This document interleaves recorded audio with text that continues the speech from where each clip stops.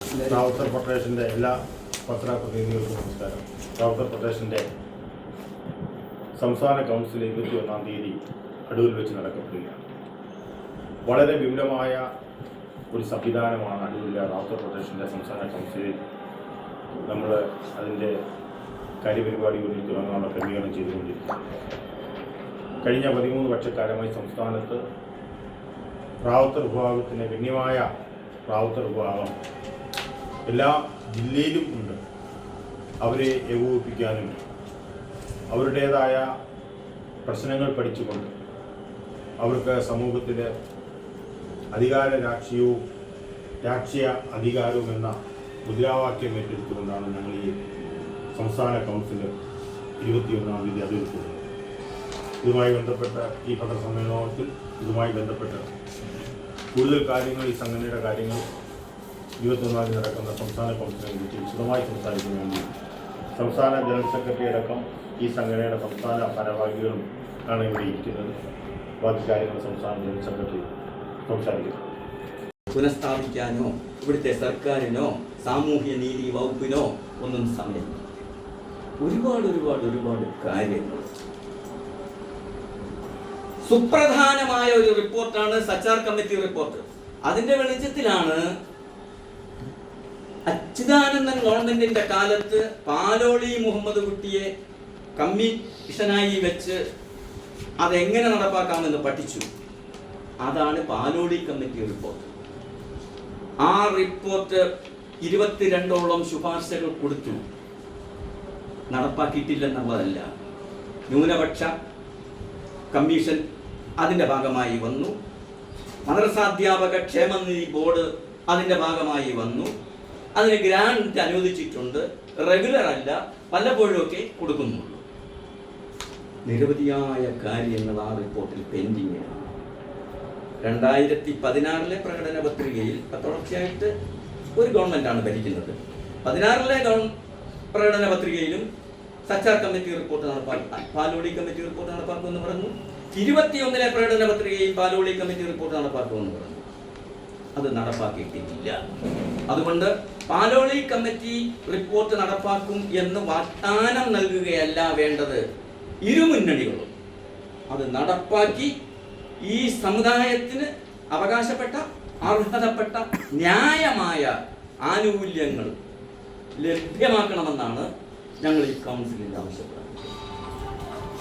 പിന്നോക്ക തീരദേശ പ്രദേശത്തെ പട്ടിണി പാവങ്ങളായ മുസ്ലിം ജനതയ്ക്ക് പ്രത്യേക പാക്കേജ് കൊണ്ടുവരണമെന്ന് പാലോളി കമ്മിറ്റി റിപ്പോർട്ടിൽ ശുപാർശ ചെയ്തിട്ടുണ്ട്. നാളിതുവരെ നടപ്പാക്കിയിട്ടില്ല.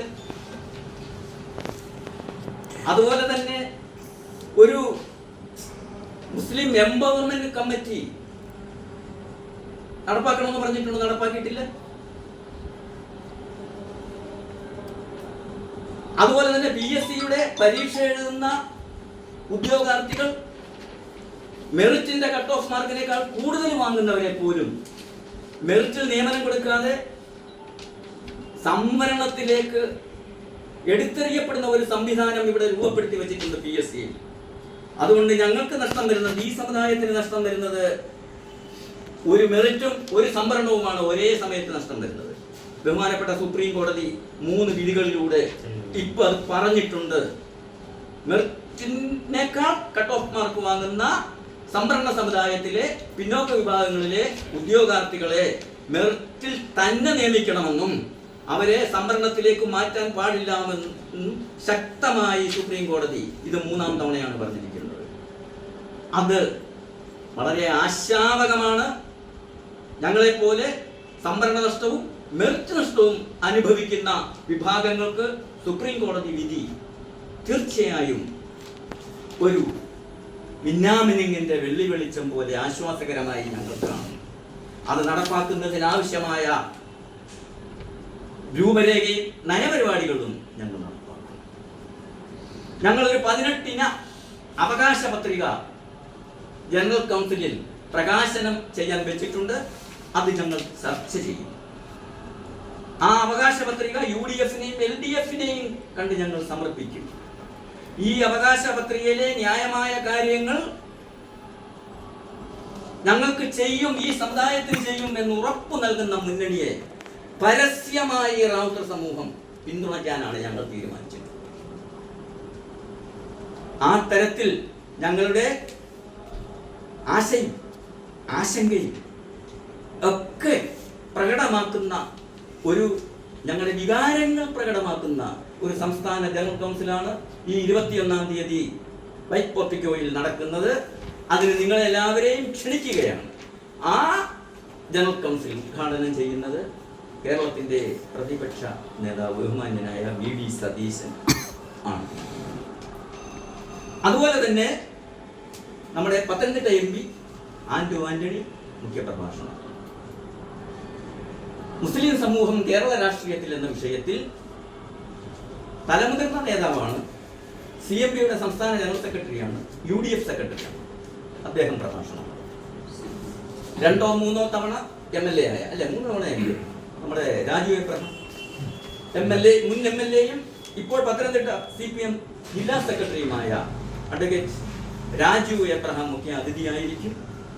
അപ്പൊ ഞങ്ങൾക്ക് ഈ രാഷ്ട്രീയ പാർട്ടിക്കാരോട് ഒരു അയിത്തവും ഇല്ല. ഞങ്ങൾ എല്ലാവരെയും ചേർത്ത് പിടിക്കുന്നവരാണ്. പക്ഷേ ഞങ്ങളെ ആരും ചേർത്ത് പിടിക്കുന്നില്ല എന്നുള്ളതാണ് ഞങ്ങളുടെ